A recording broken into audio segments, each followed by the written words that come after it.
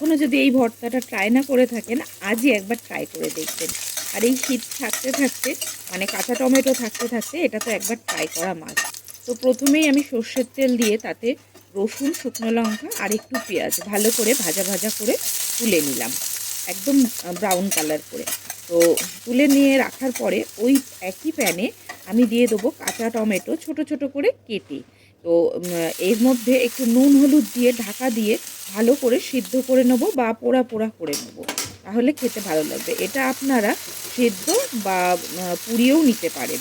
তো আমি এই প্রসেসে করছি, এটাও ভীষণ ভালো লাগবে। আচ্ছা, এটা পোড়ানো হয়ে গেলে এরপরে সুন্দর করে আমি ওই পেঁয়াজ, রসুন আর শুকনো লঙ্কা দিয়ে ভালো করে মেখে নিয়ে তারপরে গরম গরম ভাতের সাথে একটু কাঁচা লঙ্কা আর সর্ষের তেল দিয়ে দারুণ জমে যাবে।